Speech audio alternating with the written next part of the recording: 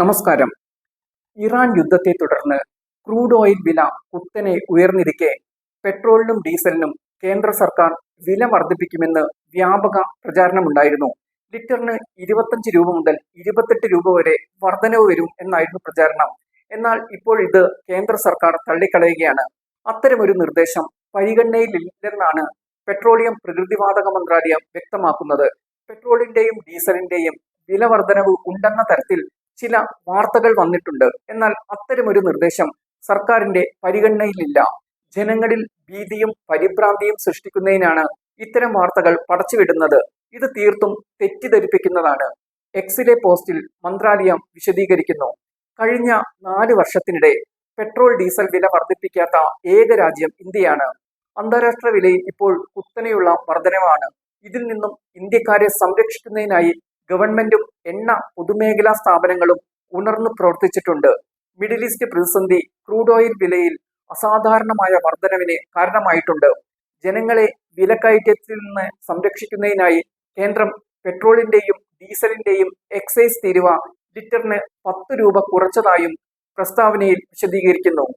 എല്ലാ റിഫൈനറികളും ഉയർന്ന ശേഷിയിൽ പ്രവർത്തിക്കുന്നു. അതേസമയം രാജ്യത്ത് പെട്രോളിന്റെയും ഡീസലിന്റെയും മതിയായ സ്റ്റോക്കുകൾ നിലനിർത്തുന്നുണ്ടെന്നും സർക്കാർ വ്യക്തമാക്കുന്നു.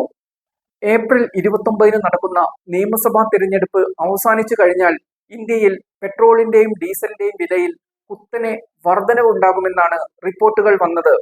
രാജ്യത്തെ നിയമസഭാ തിരഞ്ഞെടുപ്പുകൾക്ക് ശേഷം പെട്രോൾ ഡീസൽ വിലയിൽ വൻ വർധന ഉണ്ടായേക്കുമെന്ന് സാമ്പത്തിക വിശകലന ഏജൻസിയായ കോഡക് ഇൻസ്റ്റിറ്റ്യൂഷണൽ ഇക്വിറ്റിയാണ് മുന്നറിയിപ്പ് നൽകിയത്.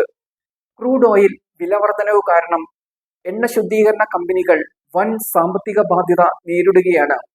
അന്താരാഷ്ട്ര വിപണിയിലെ വിലവർധനവ് കാരണം പ്രതിദിന ഇറക്കുമതി ചെലവ് ഏകദേശം 190 മുതൽ 210 ദശലക്ഷം ഡോളർ വരെ വർദ്ധിച്ചതായാണ് റിപ്പോർട്ടുകൾ. ക്രൂഡ് ഓയിൽ ബാരലിന് $120 തുടരുന്നത് അടിസ്ഥാനമാക്കിയാണ് പെട്രോൾ ഡീസൽ വില ലിറ്ററിന് 25 മുതൽ 28 രൂപ വരെ വർധനവ് ഉണ്ടാകുന്ന തരത്തിൽ പ്രചാരണം വന്നത്. ആഗോളതലത്തിൽ എണ്ണവില ഉയരാൻ കാരണം അമേരിക്ക, ഇസ്രയേൽ, ഇറാൻ എന്നീ രാജ്യങ്ങൾ തമ്മിലുള്ള യുദ്ധമാണ്. ഇന്ത്യയുടെ എണ്ണ കയറ്റുമതി അളവിൽ 13 മുതൽ 15% വരെ കുറവാണ് രേഖപ്പെടുത്തപ്പെട്ടത്.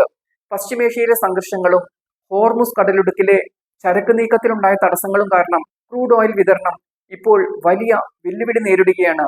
ഇതാണ് നിലവിലെ വിലവർധനവിന് കാരണമായത്.